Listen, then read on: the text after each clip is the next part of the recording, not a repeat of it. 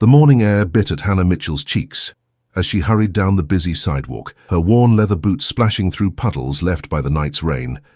She checked her watch, 7:45 a.m. 15 minutes to make it to Vertex Innovations, where she'd been working as an administrative assistant for the past 8 months. The job wasn't glamorous, but it paid the bills and provided health insurance for her 10-year-old son, Tyler. "Excuse me," she mumbled as she sidestepped a group of tourists gawking at the city skyline. Her phone buzzed in her pocket. Tyler's babysitter, Mrs. Patel, was running late again. Hannah's heart sank. She had a department meeting at 8:30 sharp, and her boss, Richard Morrow, had already warned her twice about tardiness. Single parenthood was a constant balancing act, and lately it felt like she was performing without a safety net. Hannah turned the corner onto Maple Street, picking up her pace. That's when she heard it, a sharp screech of tires, followed by a dull thud and a groan. 20 yards ahead, a man lay crumpled on the sidewalk, his expensive-looking briefcase spilled open beside him. The culprit, a delivery bike, sped away without stopping, the rider looking back with panic on his face. For a split second, Hannah hesitated, glancing at her watch again. 7:48 a.m. She bit her lip, looking from the injured man to the direction of her office building, visible just 3 blocks away. "Sir? Are you all right?" Hannah knelt beside the man, who was trying to sit up, his face contorted in pain. He was in his early 40s, with salt and pepper hair and a tailored charcoal suit now smeared with dirt, and what looked like coffee from a spilled travel mug. "I'm fine," he winced, attempting to stand before falling back with a sharp intake of breath. "My ankle." Hannah noticed how his right foot twisted at an unnatural angle. "You need medical attention. I'm calling an ambulance." "No ambulance," the man insisted, his voice strained but authoritative. "I have a meeting I can't miss." Hannah almost laughed at the irony. "With respect, sir, you can't even stand." The man's piercing blue eyes met hers. "I'll manage." He tried again to rise, only to collapse against the brick wall behind him, his face now pale beneath his light tan. "Look, I'm already late for work myself, but I can't leave you like this," Hannah said, dialing 911 despite his protests. After explaining the situation to the dispatcher, she helped gather the scattered papers from his briefcase. The letterhead caught her eye. "Benjamin Crawford, Chief Executive Officer, Vertex Innovations." Her heart stuttered. It couldn't be. "You work at Vertex?" she asked, her voice suddenly dry. The man, Benjamin Crawford, nodded, grimacing as he shifted position. "I do." Hannah swallowed hard. She'd never met the CEO in person. He worked on the top floor and rarely interacted with lower-level employees. In the company directory photo, he had been clean-shaven with shorter hair. This man looked more rugged, with a light stubble and slightly longer hair, but the eyes were unmistakable. "I work there too," she said quietly. "Administrative assistant in marketing." Something flickered across his face, recognition perhaps, or simply pain. "What's your name?" "Hannah Mitchell." Before he could respond, the ambulance arrived, its siren cutting through the morning bustle. The paramedics efficiently assessed Benjamin's injury, confirming Hannah's suspicion of a broken ankle. As they prepared to load him into the ambulance, he grabbed Hannah's wrist. "Thank you," he said. "Most people would have walked by." Hannah nodded, acutely aware that it was now 8:10 a.m. Her department meeting was in 20 minutes, and Richard Morrow was notorious for his intolerance of excuses. "I hope you feel better soon, Mr. Crawford." "Ben," he corrected, then winced as the paramedics lifted the stretcher. Would you mind coming with me? Just until they get me settled. I hate hospitals." Hannah hesitated. This request would certainly cost her her job. But the vulnerability in the CEO's eyes, so at odds with the powerful executive she'd imagined him to be, tugged at her. Plus, how could she say no to the man who ultimately signed her paychecks? "Okay," she said, climbing into the ambulance after him.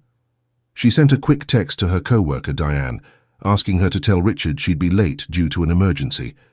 At the hospital, things moved quickly.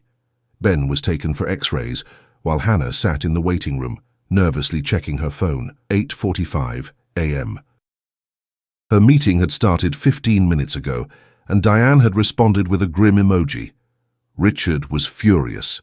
By 9:30 a.m., Ben was diagnosed with a clean break that required a cast but no surgery. Hannah stayed, helping him fill out paperwork and contact his assistant. She learned he had been walking to work rather than taking his usual car service, wanting some fresh air before a stressful board meeting. "You should go," Ben said as the nurse finished putting on his cast. "So you've done more than enough." Hannah nodded, gathering her purse. "I hope your ankle heals quickly." "Hannah," Ben called as she reached the door. "Thank you, truly. Not many people would sacrifice their time for a stranger." She smiled, though anxiety churned in her stomach. It was the right thing to do. When Hannah finally arrived at Vertex at 10:15 a.m., Richard Morrow was waiting by her desk, arms crossed and face thunderous.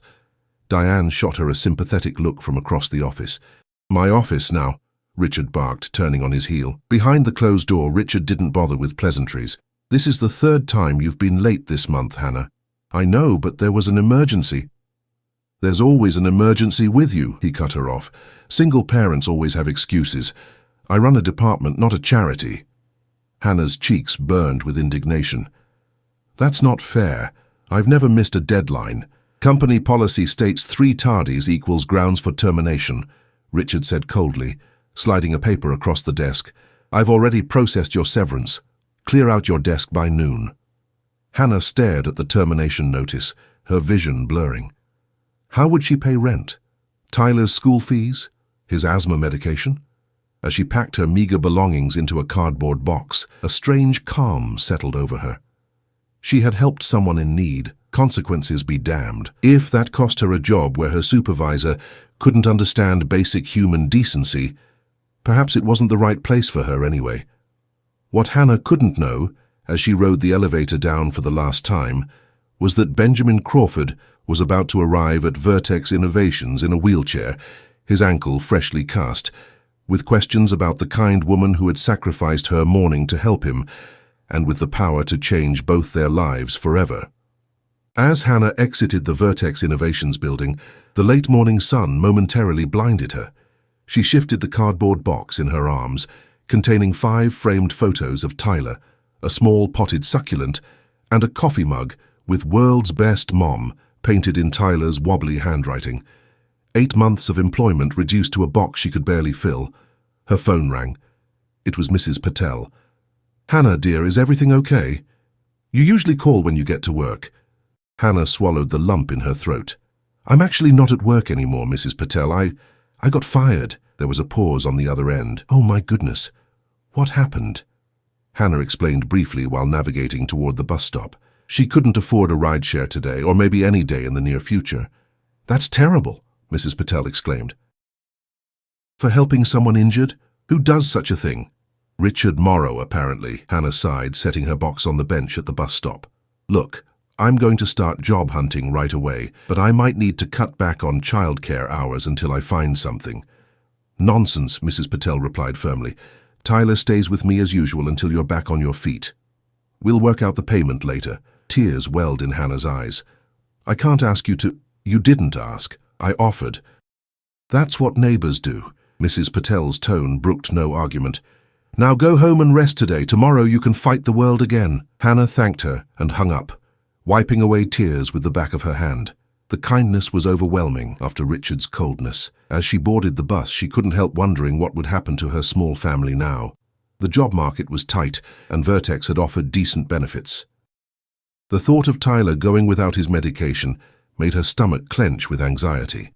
Back at her modest 2-bedroom apartment, Hannah set the box down on the kitchen counter and slumped onto a chair. She should be updating her resume, making calls to contacts, applying for unemployment benefits, but exhaustion washed over her in waves. Just 15 minutes of rest, she told herself, laying her head on her arms. She woke to the sound of her phone buzzing. Disoriented, she checked the time. 1:30 p.m. She had slept for over 2 hours. The number on her screen was unfamiliar. "Hello?" she answered groggily. "Is this Hannah Mitchell?" asked a crisp, professional female voice. "Yes, speaking." "This is Patricia Winters, Executive Assistant to Benjamin Crawford at Vertex Innovations. Mr. Crawford would like to speak with you. Are you available to come to the office tomorrow at 9 a.m.? Hannah sat up straight, fully awake now. "Mr. Crawford wants to see me. Why?" He didn't share the specifics with me, Patricia replied, her tone warming slightly. But he was quite insistent about arranging the meeting as soon as possible. Hannah's mind raced. Had Ben somehow learned about her termination? Was this about this morning's incident? Or perhaps Richard had said something disparaging, and now the CEO wanted to personally ensure she wouldn't cause trouble. Ms. Mitchell, are you still there? Yes, sorry, Hannah stammered. Tomorrow at 9 a.m. works fine. After hanging up, Hannah paced her small living room. This meeting could be good news or terrible news, and not knowing which was excruciating. She spent the rest of the afternoon polishing her resume anyway, just in case the meeting went poorly. By the time Tyler returned home from school and aftercare, Hannah had applied to 5 positions online, none as promising as her role at Vertex had been. Mom, why are you home early? Tyler's face lit up as he dropped his backpack by the door, rushing to hug her. At 10, he was all gangly limbs and boundless energy, his sandy brown hair perpetually in need of a trim. Hannah held him tight, burying her face in his hair. I had an interesting day, she said carefully. How about we order pizza tonight, special occasion? Tyler pulled back. His hazel eyes, so like her own, narrowed suspiciously. We only get pizza on Fridays or when something big happens. It's Tuesday. Smart kid. Too smart sometimes. Well, Hannah said, guiding him to the couch, something big did happen. I'm not working at Vertex anymore. Tyler's expression fell. You got fired? Why? You're the best at everything? The simple faith in his voice made her heart ache. Thank you for the vote of confidence, buddy. It's complicated, but I helped someone who was hurt this morning, which made me late for work. My boss wasn't very understanding. Tyler frowned, processing this. That's stupid.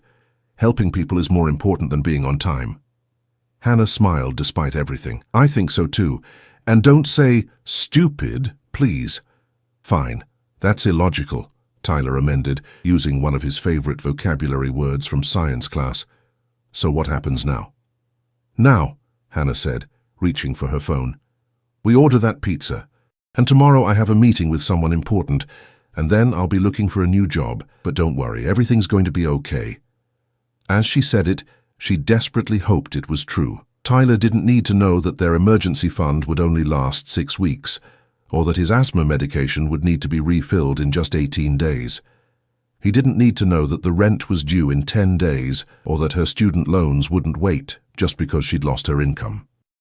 That night, after Tyler was asleep, Hannah sat at her small kitchen table with a cup of tea, rehearsing what she might say to Benjamin Crawford tomorrow. Would he be formal? Sympathetic? Annoyed that she'd gotten involved in his accident? She had no idea what to expect, but one thing was certain. This meeting could change everything. What Hannah couldn't possibly imagine was just how right that thought would prove to be. Hannah arrived at Vertex Innovations headquarters 20 minutes early the next morning. She'd splurged on a rideshare, unwilling to risk being late for this mysterious meeting. The 40-story glass building seemed even more imposing now that she no longer belonged inside it. At the security desk, she hesitated. I have an appointment with Benjamin Crawford at 9 a.m. My name is Hannah Mitchell. I don't have my employee badge anymore. The security guard Drew, whom she'd greeted every morning for 8 months, gave her a sympathetic look. I heard what happened, Hannah. That Morrow guy's always been a piece of work. He typed something into his computer. You're on the VIP list this morning. Take the executive elevator all the way to the top floor. The executive elevator. In her 8 months at Vertex, Hannah had never once ridden it. Regular employees used the bank of standard elevators, while the single brushed steel executive elevator whisked the company's leadership directly to the top floors. Thank you, Drew, she said, clutching her purse tightly as she walked across the marble lobby. The executive elevator was as luxurious inside as out, wood-paneled walls, soft lighting, and completely silent as it ascended. Hannah's stomach fluttered with nerves. She'd chosen her outfit carefully, a navy blue dress she saved for special occasions, paired with her only decent blazer and sensible heels. She wanted to look professional, not desperate, though she felt a healthy measure of both. The elevator opened directly into a sleek reception area. A striking woman with silver-streaked black hair looked up from behind a curved desk. Ms. Mitchell, I'm Patricia Winters. We spoke on the phone. Her handshake was firm, her smile reserved but not unfriendly. Mr. Crawford is expecting you. May I get you anything? Coffee? Water? Water would be nice, thank you, Hannah said, her throat suddenly dry. Patricia led her through a set of double doors into a spacious corner office with floor-to-ceiling windows offering a panoramic view of the city. Benjamin Crawford sat behind a massive desk of polished walnut, his cast-encased foot propped on a cushioned stool. He looked up from his computer screen and smiled. "Hannah Mitchell, please come in." Patricia quietly set a glass of water on a side table before withdrawing, closing the doors behind her. "Thank you for coming," Ben said, gesturing to the chair across from him. "How are you feeling after yesterday's excitement?" Hannah sat carefully, smoothing her dress. "I should be asking you that, Mr. Crawford. How's the ankle?" "Ben, please." He grimaced, looking down at his cast. 6 weeks in this contraption minimum. But it could have been worse if I'd tried to make it to the office on my own. His blue eyes fixed on hers. "I understand you were terminated yesterday." Hannah's chest tightened. So he did know. "Yes. Because you were late helping me." "That was the official reason," Hannah admitted, though there were contributing factors. Ben leaned forward slightly. "Such as?" Hannah hesitated. Bad-mouthing her former supervisor to the CEO seemed unwise, even in these circumstances. "I'm a single parent. My son Tyler is 10. Sometimes childcare issues make punctuality challenging. Mr. Morrow isn't particularly sympathetic to those situations." "I see." Ben made a note on a pad beside him. "Tell me about yourself, Hannah. How long have you been in administrative work?" Was this a job interview? Hannah's confusion must have shown on her face because Ben smiled. "Humor me." Over the next 20 minutes, Ben asked about her education, community college degree in business administration, her work history, mostly administrative roles with a brief stint in retail, and her long-term career goals, stable employment with growth potential in operations management. Hannah found herself speaking more candidly than she'd planned, drawn out by Ben's genuine interest and thoughtful questions. "And what about Tyler?" Ben asked, surprising her with the personal turn. "Tyler is..." Hannah smiled, her eyes softening. "He's brilliant, science-obsessed, builds robots out of cardboard boxes. He wants to be an engineer or an astronaut, or both, depending on the day." "Sounds like a remarkable kid," Ben said, and Hannah was struck by the genuine warmth in his voice. "Does he have any health issues I should be aware of?" The question caught Hannah off guard. "He has asthma. It's usually well controlled with medication, but..." She trailed off, wondering why she was sharing this with her former employer's CEO and why he would need to know. Ben nodded, making another note. "I appreciate your candor, Hannah. Now, I've kept you in suspense long enough." He sat back, folding his hands on the desk. "I owe you an apology and a debt of gratitude. Your assistance yesterday went far beyond what most would offer a stranger." "Anyone would have helped," Hannah demurred. "We both know that's not true," Ben countered gently. "I watched at least 5 people walk past before you stopped. That says something about your character." Hannah shifted uncomfortably under his appraising gaze. "I've looked into the circumstances of your termination," Ben continued. "Richard Morrow exceeded his authority. Company policy allows for managerial discretion in cases of documented emergencies, which yours certainly was." His expression hardened slightly. Furthermore, his comments about single parents were inappropriate and contrary to our corporate values. Hope fluttered in Hannah's chest. "Does that mean—" "I'd like to offer you a position," Ben said, but held up a hand as Hannah's face lit up. "Not your old job. Something different." "Different how?" "I need an executive assistant," Ben explained.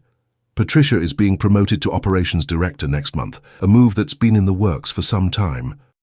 The role would involve managing my schedule, coordinating with department heads, some travel arrangements, and generally keeping me organized." Hannah blinked rapidly, trying to process this. "But I don't have experience as an executive assistant." "You have administrative experience, people skills, and most importantly, sound judgment in a crisis," Ben countered. "The rest can be learned.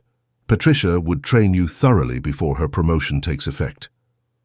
"The salary," Hannah began tentatively, "would be commensurate with the position's responsibilities," Ben assured her. "Roughly double what you were making in marketing, plus improved benefits and greater schedule flexibility for those inevitable childcare emergencies." Hannah's mind reeled. Double her previous salary would transform her financial situation entirely. Tyler's medical needs, the rent, maybe even moving to a better school district, suddenly all seemed within reach. "Why me?" she asked finally, unable to contain her bewilderment. "You must have dozens of qualified candidates within the company." Ben leaned back in his chair, studying her for a moment. "Do you know what I value most in my team, Hannah? It's not fancy degrees or technical brilliance, though those have their place. It's character, integrity, the courage to do the right thing, even when it's inconvenient or costly." He gestured to his ankle. "Yesterday morning, you demonstrated those qualities in abundance." Hannah felt warmth rise to her cheeks. "I appreciate your confidence, but there's more," Ben interrupted, his expression growing more serious. "What I'm about to share isn't public knowledge yet." He pushed a folder across the desk. "Vertex is launching a philanthropic initiative next quarter. The Vertex Foundation will focus on supporting single parents in the workforce through scholarships, childcare subsidies, and professional development programs." Hannah opened the folder to find preliminary marketing materials for the foundation, complete with mission statement and program outlines. "I'd like you to serve as the foundation's liaison in addition to your executive assistant duties," Ben continued. "Your personal experience would be invaluable in shaping programs that actually meet the needs of the families we aim to serve." The opportunity before her seemed almost too perfect. A substantial raise, meaningful work, flexibility for Tyler's needs, and a chance to help others facing the same challenges she'd encountered. Yet something nagged at her. "This is incredibly generous," she said carefully. "But I can't help wondering if this is... I don't know." "Charity because you feel obligated after what happened." Ben's expression softened. "It's not charity, Hannah. It's recognition of the qualities Vertex needs in its leadership team. The accident was unfortunate, but it revealed something valuable, someone valuable I might otherwise have overlooked." He smiled. "Consider it a mutually beneficial arrangement. I get an exceptional assistant with unique insights, and you get a position that recognizes your worth." Hannah took a deep breath. "When would I start?" "How's tomorrow?" Ben asked with a slight grin. "Patricia's eager to begin training, and I could use the help navigating the office with this." He tapped his cast. "Tomorrow would be perfect," Hannah replied, a smile breaking across her face. "Thank you for this opportunity. I won't let you down." What Hannah couldn't know as she left Ben's office that morning was that this chance encounter would do more than change her career trajectory. It would eventually transform Vertex's corporate culture, impact hundreds of struggling families, and forge a connection between her and Benjamin Crawford that neither could have anticipated when they met on that rain-slicked sidewalk. 3 months into her new position as Benjamin Crawford's executive assistant, Hannah barely recognized her life. Her tiny apartment had been traded for a sun-filled 2-bedroom condo in a building with a doorman and a rooftop garden where Tyler could stargaze through his new telescope. Her daily commute now included a company car service, a necessity for the CEO's right hand, Ben had insisted, and her wardrobe had expanded to include tailored suits and designer shoes that Patricia had helped her select. "Mom, watch this," Tyler called from their kitchen island, where he was conducting an experiment with baking soda and vinegar. His science kit, a gift from Ben after Tyler aced his end-of-year exams, was spread across the granite countertop. Hannah smiled, setting down the Vertex Foundation proposal she'd been reviewing. "That's amazing, buddy. Just remember to clean up when you're finished." The foundation had become her passion project. Working alongside Ben, she'd helped shape programs that would provide real support to families like hers. Emergency childcare services, flexible work arrangements, mentorship opportunities. The initiative would launch officially next month, and Hannah would speak at the gala alongside Ben, sharing her story. Her phone chimed with a text from Ben. "Need your help with the Westridge proposal. Dinner meeting at Romano's, 7 p.m. Car will pick you up at 6:30. Mrs. Patel confirmed she can watch Tyler." Hannah had grown accustomed to these last-minute requests. Ben respected her boundaries as a parent, but the nature of his position sometimes required evening work. Mrs. Patel, now handsomely compensated as Tyler's official after-school caregiver, was always happy to extend her hours when needed. The transformation in Hannah's professional life had been remarkable. Under Patricia's tutelage, she'd quickly mastered the intricacies of corporate protocol, learned to anticipate Ben's needs, and built relationships with Vertex's senior leadership team. Richard Morrow had been quietly transferred to a subsidiary office in Omaha, a move Hannah suspected wasn't coincidental. What surprised her most, however, was the evolution of her relationship with Ben. What had begun as formal appreciation had developed into genuine friendship. They worked seamlessly together, often finishing each other's sentences in meetings. He valued her input on business decisions, and she admired his vision for the company. Tyler adored him, especially after Ben arranged a private tour of the local science museum's robotics exhibit. Rumors, of course, had circulated through Vertex's gossip channels. Some speculated that Hannah had somehow manipulated Ben during his moment of vulnerability. Others suggested a more romantic connection. Hannah ignored the whispers, focusing instead on proving her worth through impeccable work. At precisely 6:30 p.m., Hannah kissed Tyler goodbye and descended to the waiting town car. The driver, Marcus, greeted her warmly. "Evening, Miss Mitchell. We're picking up Mr. Crawford first this time." Hannah nodded, settling into the leather seat. She reviewed her notes on the Westridge proposal, a potential partnership with a major tech firm that would expand Vertex's market reach considerably. When the car pulled up to Ben's brownstone 15 minutes later, she was fully prepared for the evening's discussion. Ben emerged from his front door, leaning slightly on his cane. The cast had come off 2 weeks ago, but his physical therapist had recommended the cane for another month. Despite this concession to his injury, he cut an impressive figure in his charcoal suit and burgundy tie. "Sorry for the last-minute meeting," he said, sliding into the seat beside her. "Gerald Westridge only had tonight available before he leaves for Tokyo." "It's no problem," Hannah assured him, passing him the tablet with her annotated version of the proposal.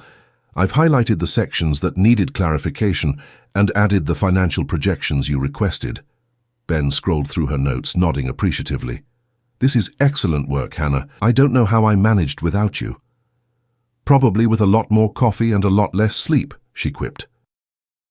He laughed, and Hannah felt a now familiar warmth spread through her chest. She'd become adept at ignoring these feelings over the past months. The quickening of her pulse when he smiled at her, the pleasant flutter when their hands accidentally touched while reviewing documents. Professional boundaries were essential, especially given their history and respective positions at Vertex. Romano's, an upscale Italian restaurant downtown, was Ben's preferred venue for important business discussions. The maitre d' immediately escorted them to a private dining room where Gerald Westridge, a silver-haired man in his 60s, waited with 2 younger associates. "Ben, good to see you back on your feet," Gerald greeted, rising to shake hands. His gaze shifted to Hannah with undisguised curiosity. "Gerald, meet Hannah Mitchell, my executive assistant and our foundation's program director," Ben introduced. "She's been instrumental in developing the partnership framework we're discussing tonight." Hannah noted the subtle emphasis Ben placed on her dual role, establishing her presence as more than administrative support. It was one of many ways he consistently validated her contributions in professional settings. The dinner progressed smoothly through appetizers and main courses, with discussion flowing easily between technical specifications and market strategy. Hannah contributed when appropriate, her insights on implementation timelines particularly well received. As dessert was served, Gerald turned to Hannah with unexpected directness. "So, Ms. Mitchell, Ben tells me you came to Vertex from rather unusual circumstances, something about rescuing him on the street." Hannah tensed, sensing the implied diminishment in his tone. Before she could respond, Ben interjected smoothly. "Hannah demonstrated exceptional judgment and compassion that morning, qualities she brings to every aspect of her work at Vertex. The company is fortunate that our paths crossed, however unconventionally." Gerald studied them both for a moment, then nodded. "Fortune favors the bold, they say. And speaking of fortune," he raised his glass, "to a partnership that will benefit us both substantially." The deal was effectively sealed. As they left the restaurant 2 hours later, Hannah felt a profound sense of satisfaction. The Westridge partnership would be transformative for Vertex, and she'd played a meaningful role in securing it. "That went better than expected," Ben remarked as they slid back into the town car. "Your suggestion about phased implementation addressed Gerald's main concern. He's worried about disrupting his existing systems," Hannah observed. "The phased approach gives his team time to adapt." Ben nodded, his expression thoughtful. "Your ability to read people is remarkable, Hannah. It's one of your greatest strengths. Thank you, she said, suddenly aware of how close they were sitting in the dimly lit back seat. I should probably review the foundation gala arrangements when we get back to the office. The event planner had questions about the seating chart. It's nearly 10 p.m., Ben pointed out gently. The seating chart can wait until morning. Let's get you home to Tyler. The car ride to Hannah's condo passed in comfortable silence. When they arrived, Ben insisted on walking her to the lobby, leaning only slightly on his cane. Thank you for tonight, he said as they paused by the elevators. Your contribution to the West Ridge negotiation was invaluable. Just doing my job, Hannah replied with a smile. Ben's expression grew serious. It's more than that, and we both know it. He hesitated, as if weighing his next words carefully. Hannah, there's something I've been meaning to discuss with you. The elevator doors opened, momentarily distracting them both. When Hannah looked back at Ben, something in his eyes made her pulse quicken. Yes, she prompted when he didn't continue. Ben shook his head slightly. Not here.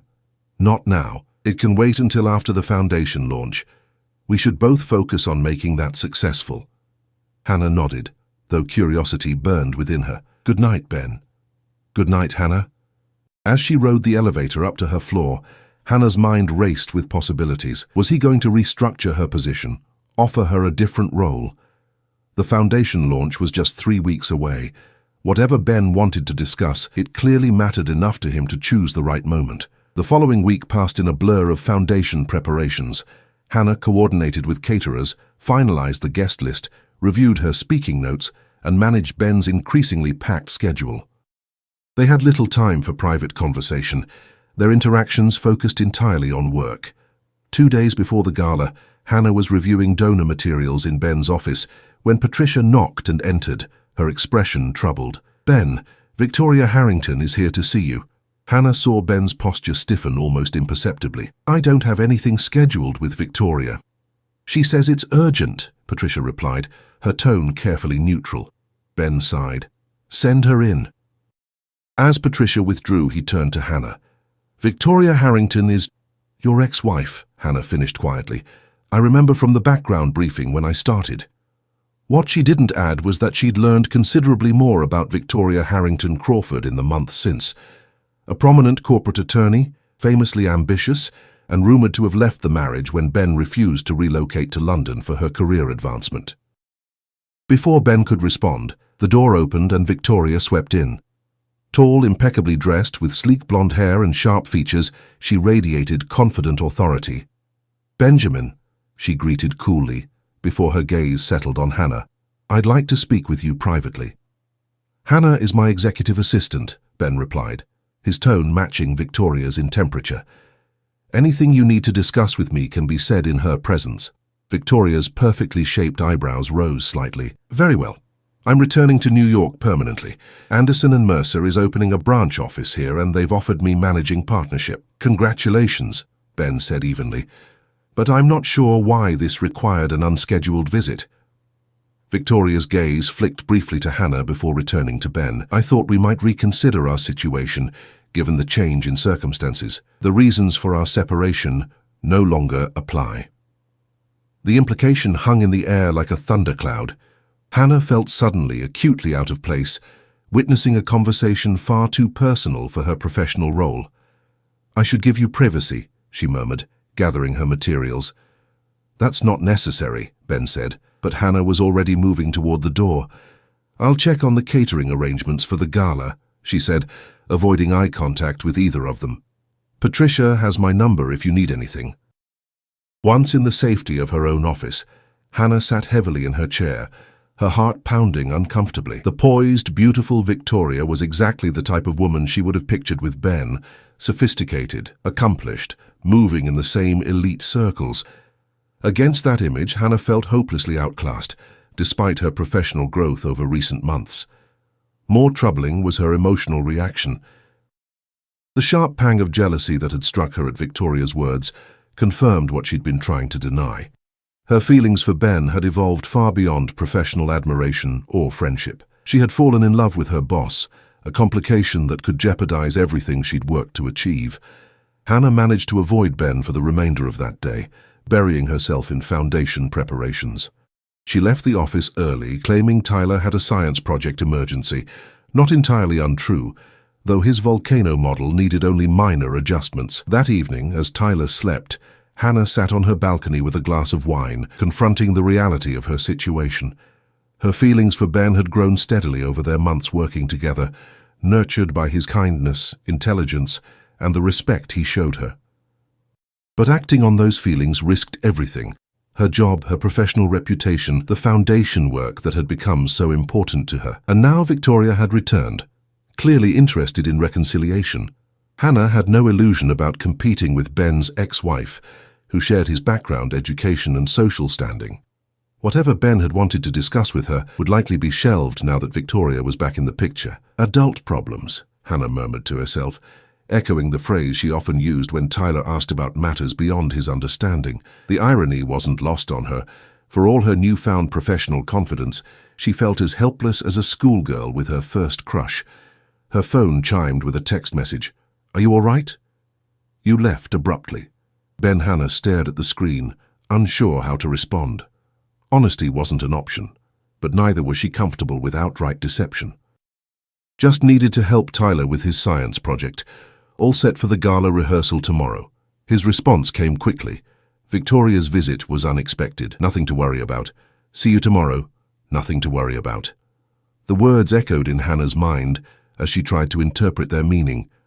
Was he reassuring her professionally, or was there a deeper message? The next morning, Hannah arrived at the office early, determined to maintain absolute professionalism. The gala rehearsal was scheduled for noon at the Grand Meridian Hotel, where the actual event would take place tomorrow evening. As program director and a featured speaker, Hannah needed to walk through her presentation and coordinate with the audio-visual team. She was reviewing her notes in the hotel's ballroom when Ben arrived looking slightly harried. "Sorry I'm late," he said, setting down his briefcase. "The board meeting ran long." "No problem," Hannah replied, keeping her tone light. "The technical team is just setting up the projector for my presentation." Ben studied her for a moment. "Hannah, about yesterday." "We should focus on the rehearsal," she interrupted gently. "The foundation launch is too important to be distracted by other matters." A flicker of something, disappointment perhaps, crossed his face, but he nodded. "You're right, as usual. Let's get started." The rehearsal proceeded smoothly. Hannah's presentation on the Foundation's mission was compelling, interweaving statistics with personal anecdotes about her experiences as a single parent. When she finished, the small audience of staff and hotel personnel applauded warmly. "That was powerful," Ben said, approaching the podium as Hannah gathered her notes. "You're going to move people tomorrow night." "I hope so," she replied. "These programs could change lives." "They already have," Ben said quietly. "Mine included." Before Hannah could respond, Patricia called Ben over to discuss a seating arrangement issue, leaving Hannah to wonder at his words. That evening, Tyler bubbled with excitement about the gala. "Can I see your dress again, Mom?" Hannah retrieved the midnight blue gown from her closet, another gift from Ben, who had insisted the Foundation's director should look the part at the launch. The floor-length silk creation, with its subtle silver embellishments, was more elegant than anything she'd ever owned. "You're going to look like a princess," Tyler declared. "Is Mr. Ben going to be there?" "Of course," Hannah replied, carefully hanging the dress back up. "He's the founder." Tyler nodded sagely. "He likes you, you know." Hannah nearly dropped the hanger. "What makes you say that?" "The way he looks at you. Like Dad used to look at you in the old pictures before he left." Tyler's observation, delivered with childish directness, struck Hannah speechless. "Plus," he continued, oblivious to her reaction, "he told me. What? When?" "When he took me to the Science Museum while you were at that marketing meeting. He asked if I'd mind if he spent more time with you. I told him it was okay as long as he didn't make you cry like Dad did." Hannah sat heavily on the edge of her bed. "Tyler, what exactly did Ben say?" Tyler shrugged. "He said he cared about you a lot and wanted to know if I'd be okay with him taking you on a real date sometime. I told him you like Italian food and hate scary movies." Hannah felt lightheaded. Ben had discussed dating her with her son, weeks ago apparently, but had never broached the subject with her directly. Was this what he'd wanted to talk about the night Victoria returned?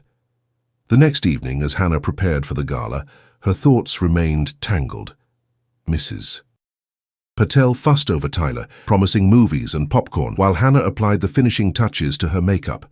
The car service would arrive in 15 minutes to take her to the Grand Meridian. "You look beautiful," Mrs. Patel declared. "That boss of yours won't know what hit him." Hannah blushed. "It's not like that, Mrs. Patel." The older woman gave her a knowing look. "If you say so, dear." The hotel ballroom had been transformed for the gala. Soft lighting, elegant floral arrangements, and Vertex Foundation banners tastefully displayed. As program director, Hannah needed to arrive early to ensure everything was in place. The guests, corporate donors, community partners, and Vertex executives would begin arriving in an hour. She was checking the presentation setup one final time when she heard Ben's voice behind her. "Hannah." She turned to find him standing in the ballroom entrance, impeccable in his tuxedo, his cane exchanged for a more formal walking stick with a silver handle. For a moment she couldn't speak, struck by how handsome he looked and the intensity of his gaze.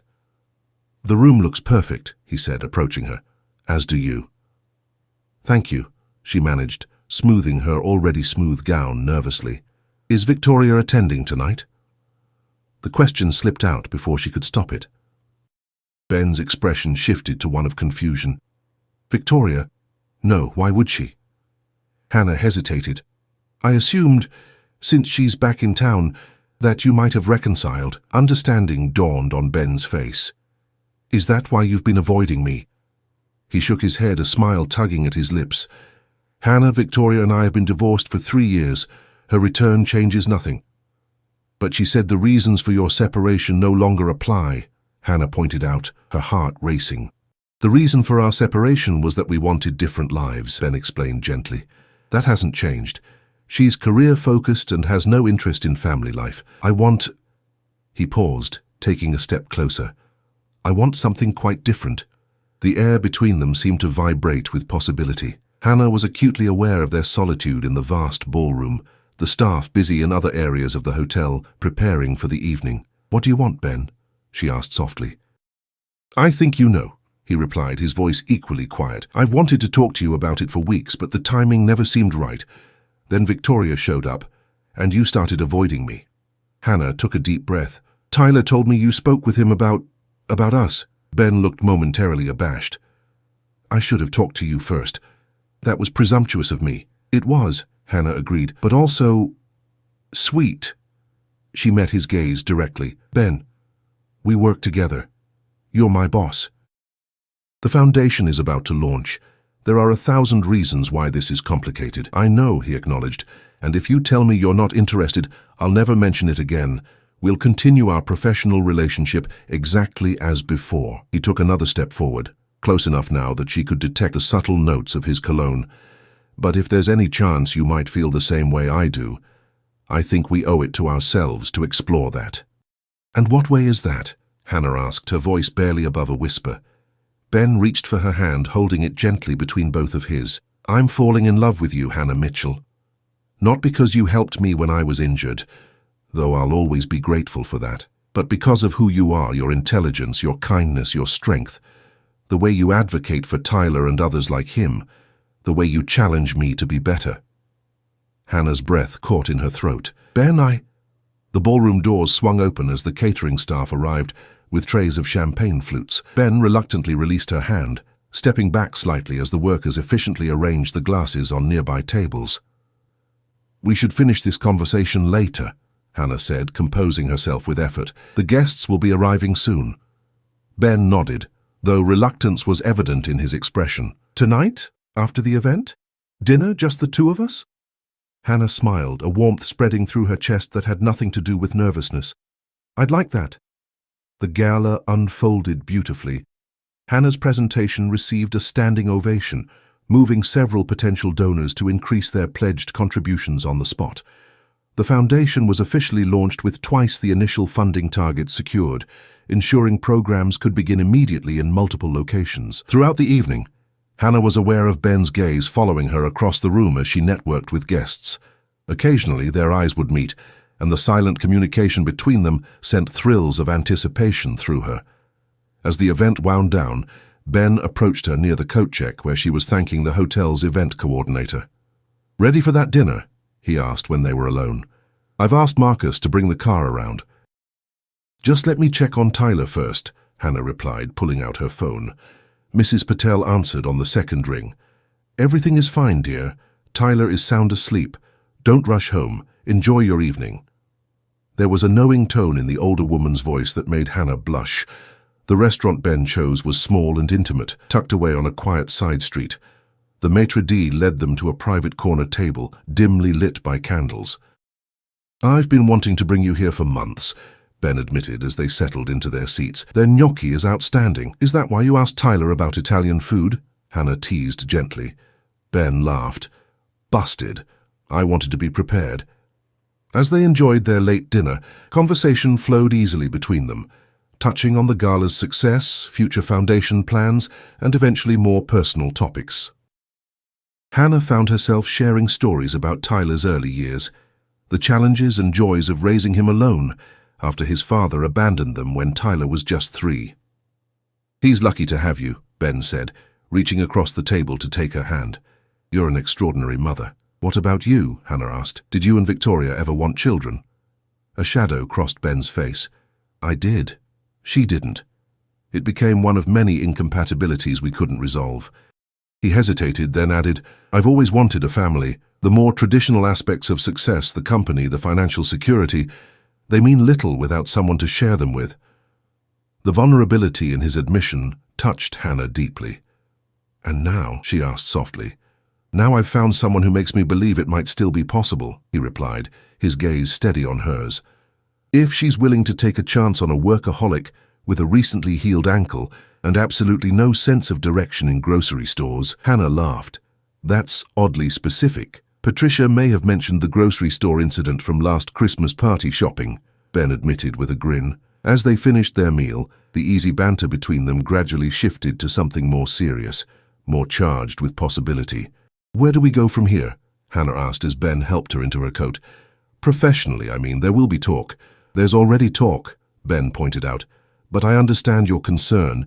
If you'd prefer, we could restructure your role to report directly to the board for foundation matters and to Patricia for administrative duties." Hannah nodded, touched by his thoughtfulness. "That might be best, at least initially. I don't want anyone questioning my contributions or your judgment."